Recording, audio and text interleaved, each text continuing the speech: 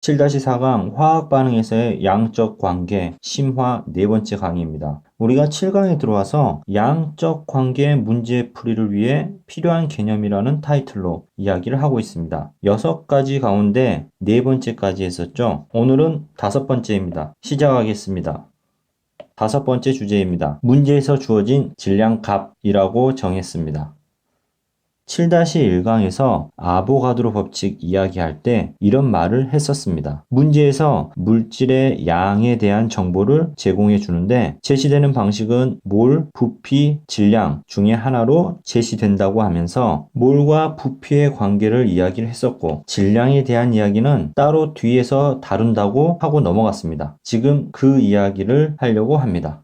질량하면 가장 먼저 떠올려야 할 것이 질량 보존의 법칙입니다. 이것도 이미 세 번째 주제에서 이야기를 했으니 넘어가고 질량값에 대해서 주의할 것은 화학 반응식의 계수비와 무관하다는 것입니다. 질량 보존의 법칙 할 때 제시했던 예를 다시 가져와 볼게요. 이런 화학 반응식이 있다고 합시다. 반응 전에 A의 질량이 20g, B의 질량이 10g 이라고 할게요. 그런데 문제에서 A가 한 개 반응물임을 알려줬대요. 그럼 A는 모두 반응해서 사라져야겠죠? 반응 중에 A는 20g이 감소하고 그럼 B는 얼마나 반응에 참여했을까요? 여기에서 계수와 연결지어서 계수가 A와 B가 2대 1이네? 그럼 여기서 B는 10g 반응하려나? 아닙니다. 여기서는 B가 몇 그램 반응할지 모릅니다. 이 부분을 강조하려고 예를 들어 설명한 겁니다. 계수와는 무관합니다. 그럼 계수와 무관한 이 질량값들은 의미가 없나? 아닙니다. 계수와는 무관하지만 이 반응 중에 들어가는 질량값은 상당히 중요하다고 강조하고 싶어요. 이렇게 설정해 볼게요. 방금 주어진 정보를 실험 1이라고 하고 동일한 화학 반응식에서 다른 데이터, 실험 2가 옆에 함께 제시되었다고 합시다.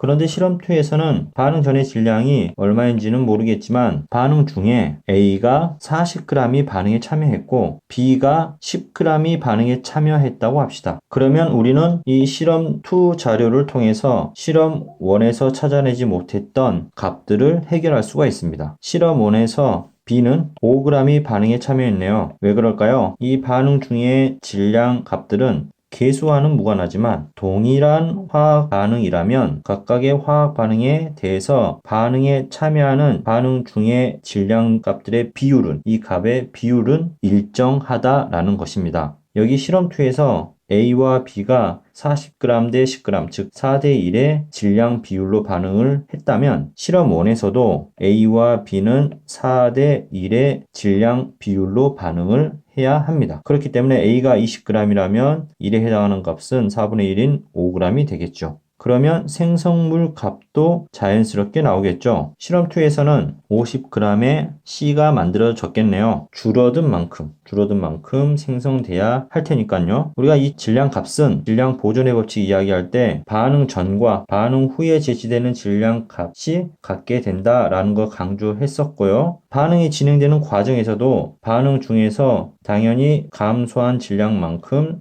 새로운 생성물이 만들어지겠죠. 이 값도 질량값은 같게 나옵니다.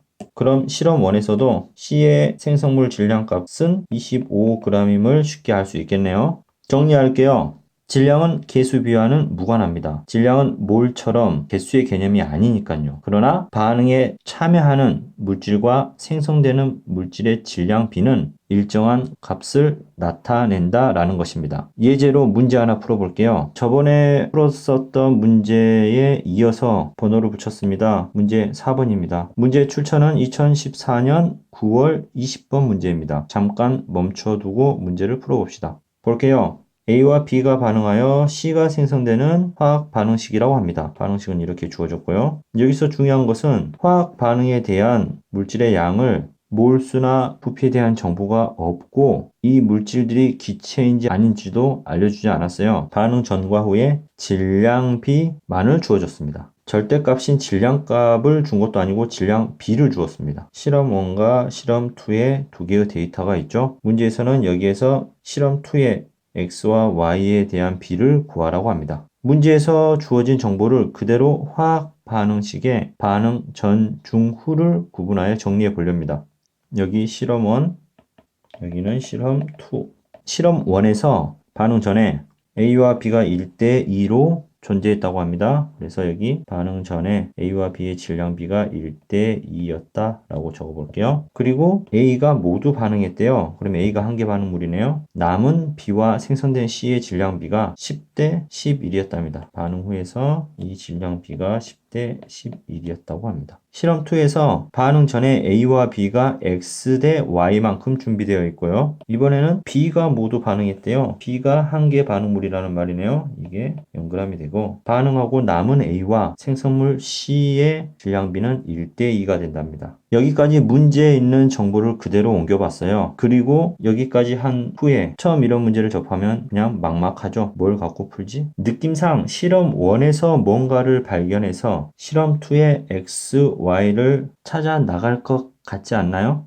이런 필이 온다면 좋은 것이고 전혀 감이 오지 않는다면 알고 있는 개념들을 들이대야겠죠. 질량에서 가장 중요한 게 질량 보존의 법칙입니다. 어찌되었건 여기 반응 전과 반응 후의 질량 값은 같을 거예요. 그러면 이 비율 10대 11 여기에 상수를 곱해서 반응 전과 같은 값이 나오게 만들어줘 봅시다. 상수 그냥 A로 곱할게요. 10A, 11A 그러면 반응 후의 질량 값은 21A가 되잖아요. 그러면 반응 전에도 21A라는 질량 값을 만들어주면 되죠. 단 1대2의 비율을 유지하면서. 그러면 몇이 돼야 될까요? 7A 대 14A가 되겠네요. 그런데 이렇게 상수를 곱하고 이런 식의 방법들은 뭔가 정석 같은 풀이 방법입니다. 혹은 좀 있어 보이는 풀이? 라는 생각도 들고요. 사실 여기선 수식을 정확하게 쓰면서 증명하는 문제는 아니잖아요. 그럼 좀 더 직관적인 방법으로 문제를 푼다면 저 같으면 이렇게 할 것 같아요. 이 10대 11의 값들을 그냥 10g,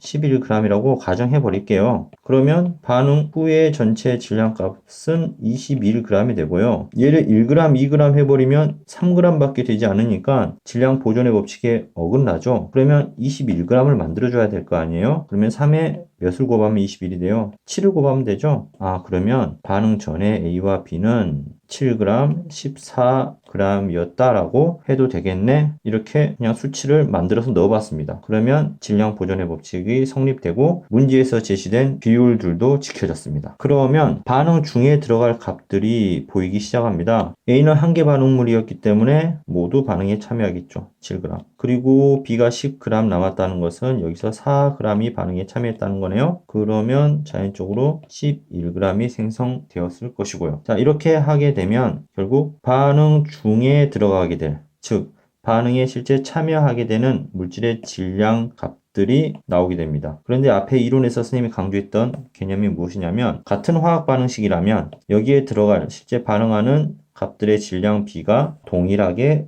적용된다라는 것입니다. 이 실험 2에서도 똑같이 7대 4대 11의 질량 비율로 반응에 참여한다라는 겁니다. 실험 2를 살펴볼게요. 실험 2에서도 마찬가지로 이 비율 X 대 Y, 반응 전에 X 대 Y 비율은 모르지만 그냥 이렇게 선생님이 가정해 버릴게요. X 그램, Y 그램이라고 그냥 생각해 버리고 B가 한 개의 반응물이라고 했으니까 B는 모두 반응에 참여했겠죠. Y 그램이 반응에 참여했다. 그러면 반응 중에서 하나의 값이 결정이 됐네요. 그리고 나서 바로 위에 실험 1에서 제시했던 질량 B를 이용해야겠죠. 그러면 Y 값을 기준으로 실험 1의 반응비를 적용해 봅시다.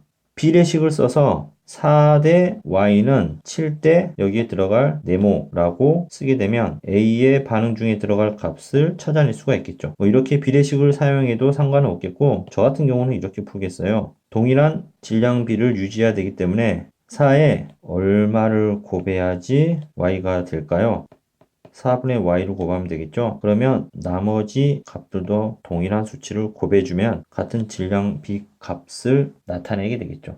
여기는 7에 4분의 y를 곱하면 4분의 7y, 여기는 4분의 11y가 되겠죠.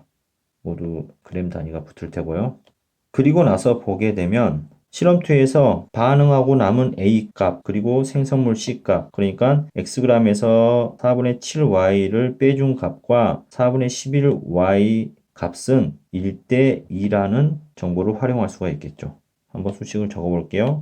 x 빼기 4분의 7y 대 4분의 11y는 1 대 2의 b가 된다. 그럼 이제 비례식만 풀어주면 되겠네요. 최종적으로 25y는 8x라는 값이 나오고 이것은 결국 x 대 y가 25 대 8이라는 말과 같은 뜻이 되겠죠. 그래서 x 대 y를 찾아보면 25 대 8 여기에 답이 존재하네요. 다음 강의 7-5강에서는 마지막 6번째 주제에 대해서 이야기하도록 할게요. 수고하셨습니다.